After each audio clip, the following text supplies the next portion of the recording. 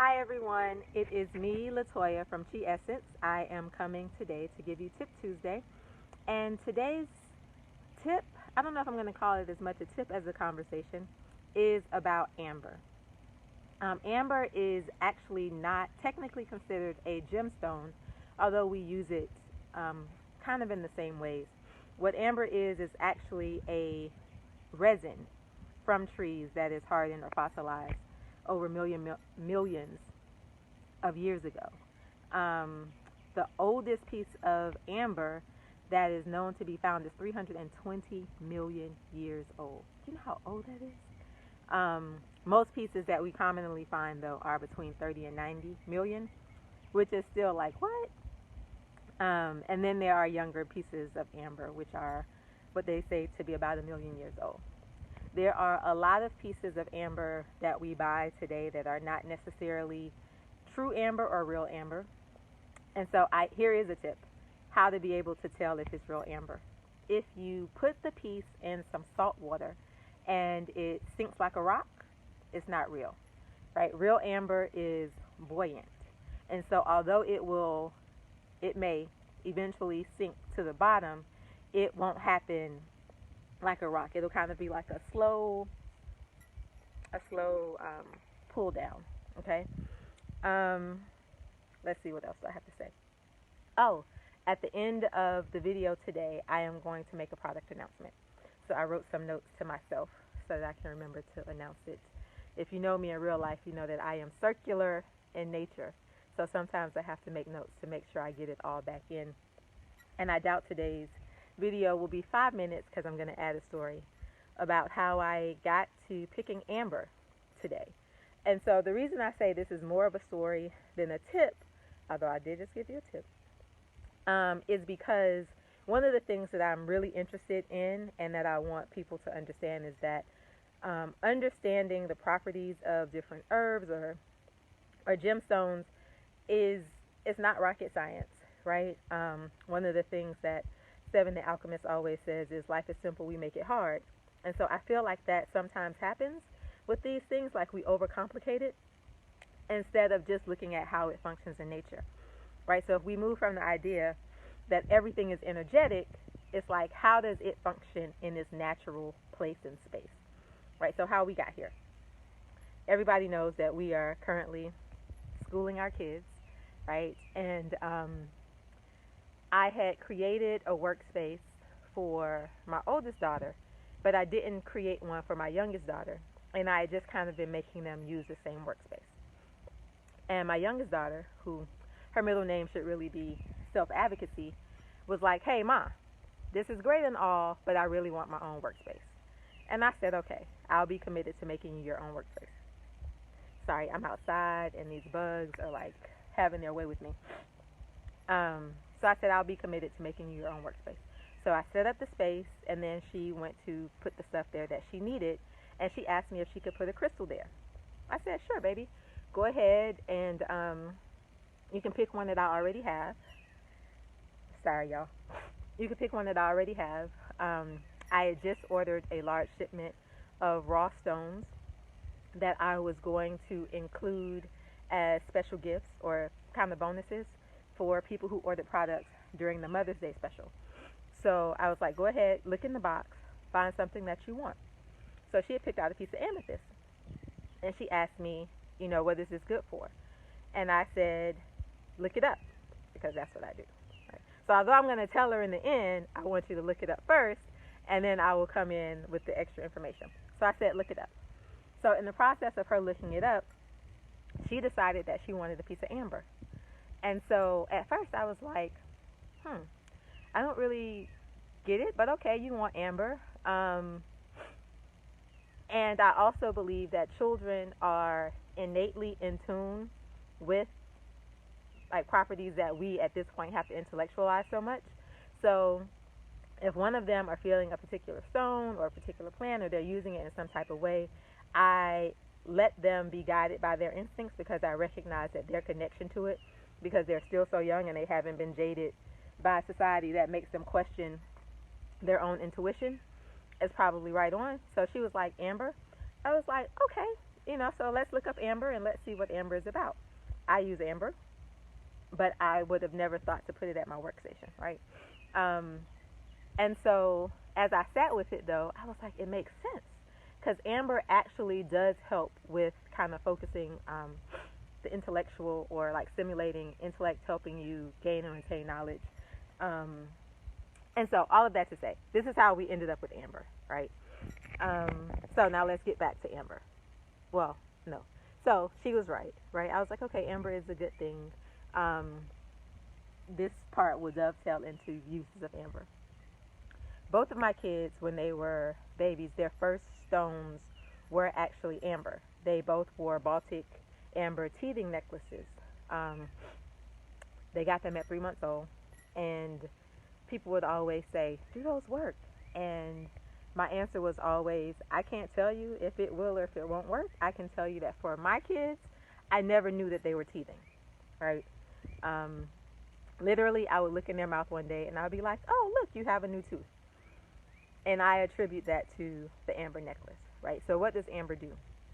It releases something called succinic, I don't know how to say it, an acid that when heated, it kind of releases into the skin. So as it goes into the skin, it helps with pain relief. And so that is what causes the effect when babies wear it as teething necklaces. It is releasing kind of this thing into their system that is helping to relieve pain, right? So it is good for pain relief. People have used it to get rid of migraines and treat headaches, um, inflammation, rheumatism, things like that. Those are on like the physical benefits, right? I wear amber bracelet. I suffer from. I'm not gonna say suffer from it.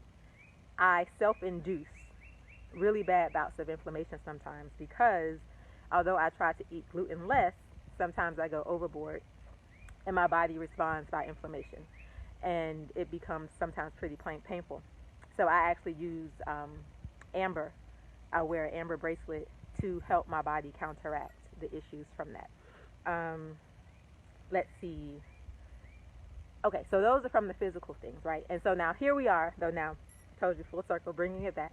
Why am I saying about the energy part? And like if you look at what something does naturally, you can determine how it will function or how it is most likely to function in your life.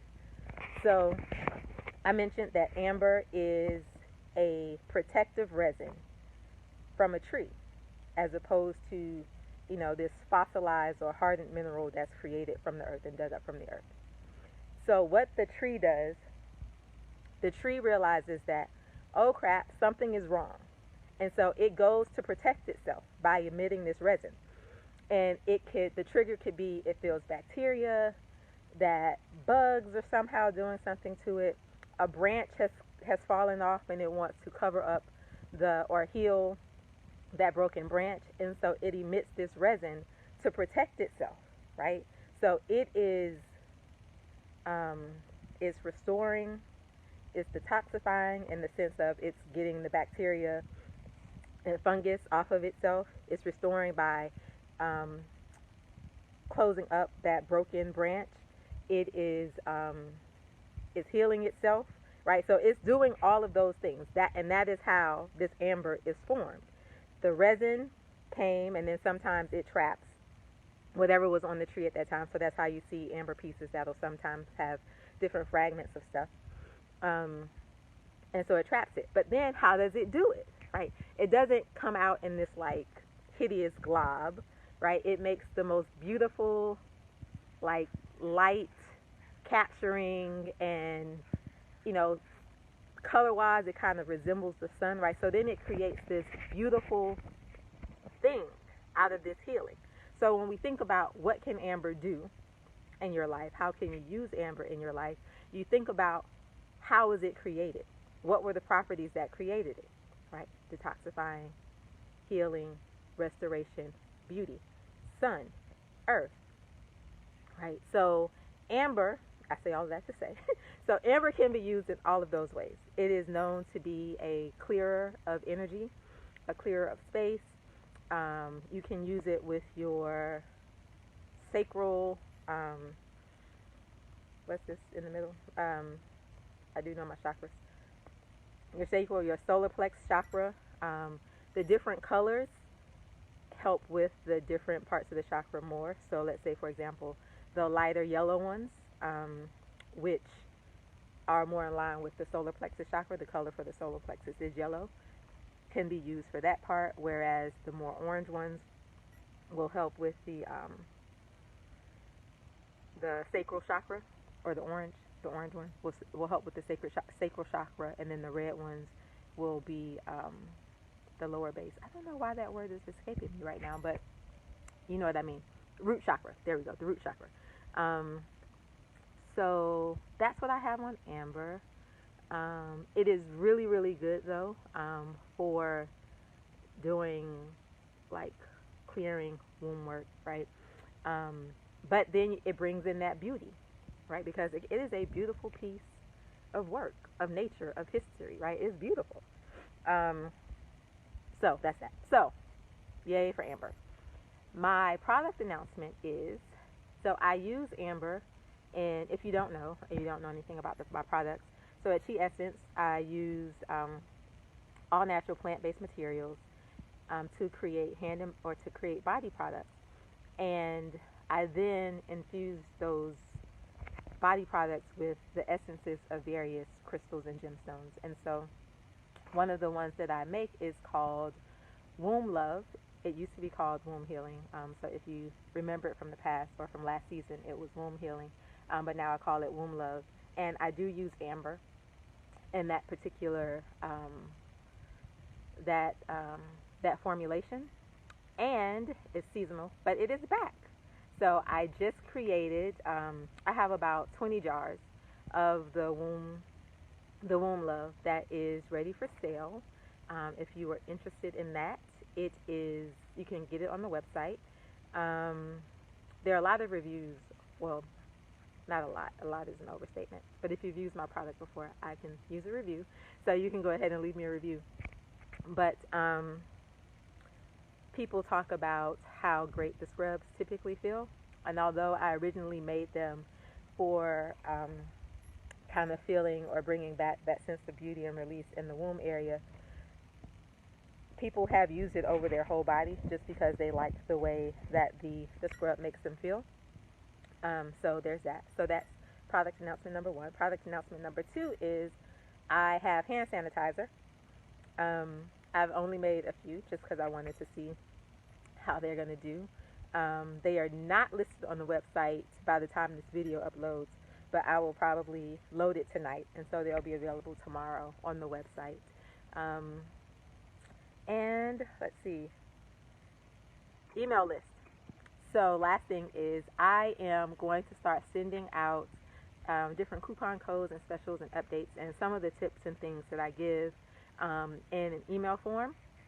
So if we currently do not have your email address, please sign up for our email list, and you can do that by either going to the website, chiessence.net, and creating an account, and I can get your email address that way. You can send me a DM. I can get your email address that way, and just let me know that you want to be added to the email list. Right now, those are the only 2 ways that I know. So like us on Facebook, it's the Chi Essence Facebook group. Like our business page, Chi Essence, or follow us on Instagram. It's Chi Essence _1. Talk to you later. Bye.